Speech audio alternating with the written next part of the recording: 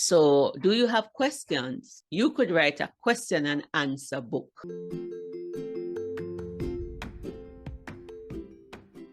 Greetings, Apreneurs. Welcome to Transformation Thursday Live.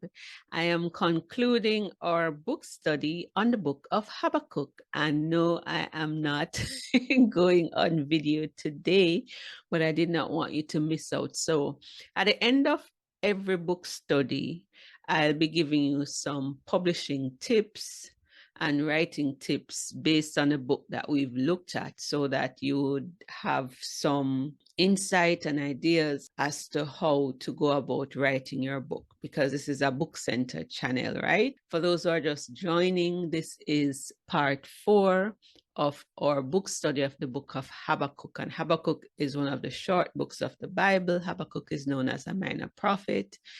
And he had some questions concerning the silence of God, the goodness of God, the presence of God, the absence of God, at a time when his nation was going through a really difficult time, and it seemed as if there wasn't any justice. People were getting away with all kinds of wrongdoings, and he was concerned. And so in the book, he posed about 20 questions to God or in his prayer. And I want to eke out from that, what are some of the lessons we can learn and book ideas as we seek to write books that will change lives. And so what I gathered from Habakkuk is the first thing, right, which we always bring out, is that short books are powerful. You don't have to write a long book for it to be powerful and effective. The book of Habakkuk was written a very long time ago, many centuries ago, yet today we're still reaping from it and learning lessons and getting encouragement from it, and it is still transforming lives. Habakkuk, like the book of Ruth, is part of an anthology. So by itself, Habakkuk would be really, really small. It's not a book that you would print and have a decent spine unless it's a tiny, tiny book, right? But what you can do is, if you don't think you have a book, and it's not a children's book that is worthy enough, you can make it part of an anthology. So I want you to consider writing anthologies, because the Bible is like 66 books compiled, depending on which Bible you are looking at. So you can write a short story, a small book, and make it part of a collection of books called an anthology. So that's one of the things that I want to bring out in terms of book ideas, all right, from the book of Habakkuk. The third thing I want to bring out is that in terms of topics and what you can write about, from Habakkuk, we learned that we can turn our questions into books. Garfield Robinson did that, and he was in part 1 of the study, Dare to Ask. So what Garfield did is he looked at questions asked in the Bible and the answers found, and addressed them in terms of what's happening on a contemporary basis. And he turned it into an almost, a 200 and something page book.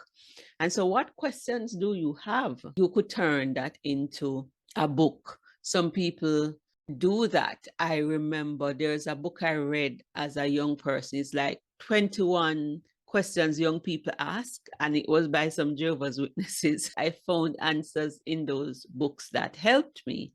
So do you have questions? You could write a question and answer book. So you could write a Q&A book.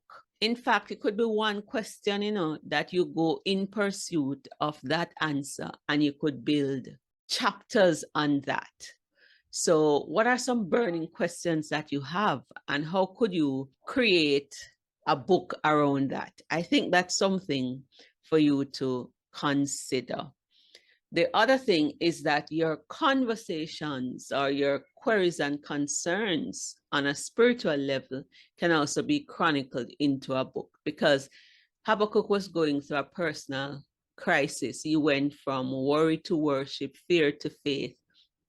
And what he's doing is, it's almost like a journal. He's taking us along that path. He has documented his thoughts, his questions, and his posture and God's response. I remember reading a book that was called Answered Prayers, and it really encouraged me. This was the story of this lady's prayers and the answers that she got from God. And just a story around that, and it really helped. So book ideas, you could write a Q&A book. You can record your conversations with God or your spiritual life, and you can turn that into a book.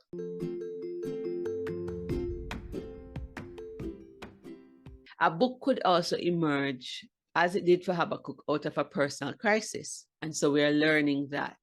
And very often people like the overcoming stories.